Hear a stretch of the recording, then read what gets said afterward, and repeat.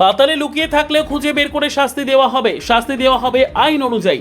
ঠিক এইভাবেই আজ সিউড়ির বুকে দাঁড়িয়ে তৃণমূলের গুন্ডা বাহিনীকে হুঁশিয়ারি দিতে দেখা গেল বিজেপির বীরভূম সাংগঠনিক জেলার সভাপতি উদয় শঙ্কর ব্যানার্জিকে। মূলত মাথায় বন্দুক ঠেকিয়ে যে সকল তৃণমূলের গুন্ডা বাহিনী নির্বাচন করেছিলেন তাদের এই হুঁশিয়ারি দেন তিনি। আপনারা দেখেছেন যে মিউনিসিপ্যালিটি ভোট বীরভূম জেলায় যেভাবে তৃণমূলের লোকজন, তৃণমূলের গুন্ডা বাহিনী যেভাবে এখানেও আমাদের সিউড়ি শহরে কানে বন্দুক লাগিয়েছিল, আপনারা নিশ্চিত থাকুন সেই ধরনের দুষ্কৃতীরাও কেউ ছাড় পাবেন না।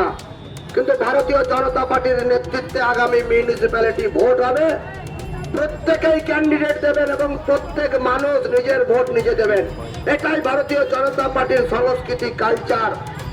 কিন্তু তৃণমূল কংগ্রেসী বন্ধুদের বলবো, আপনারা যেখানে লুকিয়ে থাকুন না কেন, আমাদের রাজ্য সভাপতি বলেছে মাটির তলায় যদি পাতালেও যদি আপনারা লুকিয়ে থাকেন, আপনারা নিশ্চিন্তে থাকুন, আপনাদেরকে খুঁজে আইনের শাসন এখানে প্রতিষ্ঠা করব।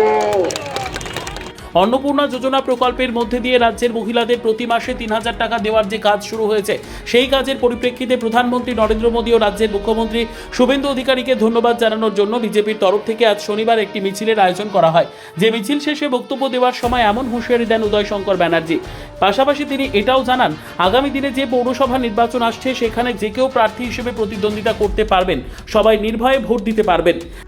আপনাদের মতন ঘরে যাবে না, কানে বন্দুক লাগাবে না, আইনের শাসন এখানে প্রতিষ্ঠা করবে এবং ভারতীয় জনতা পার্টির নেতৃত্বে সিউড়ি ও বিকশিত মিউনিসিপ্যালিটি আমরা গড়ব এবং সিউড়ি শহরকেও সোনার বাংলা, সোনার মিউনিসিপ্যালিটি আমরা গড়ে তুলব।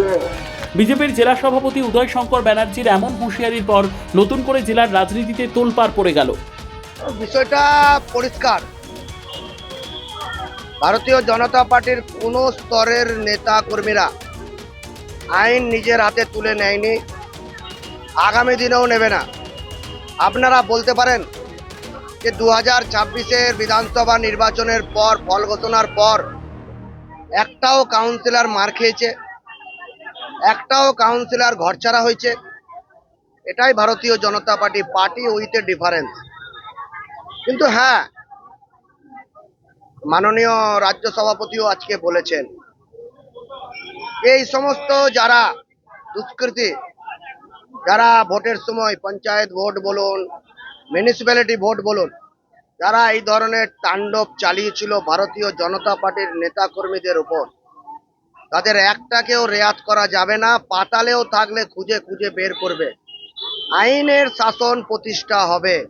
তার জন্য আইন যা করার করবে, আমরা শুধু কমপ্লেন করব, বাকি আইন মোতাবেক আইন ব্যবস্থা নেবে।